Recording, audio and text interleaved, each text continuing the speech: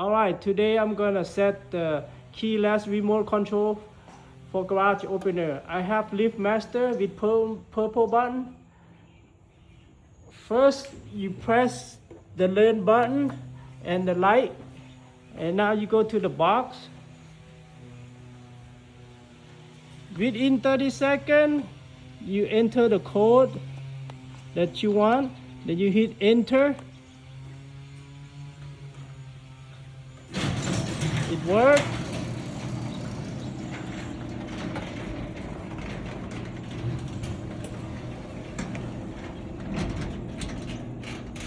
And now you want to open with your code.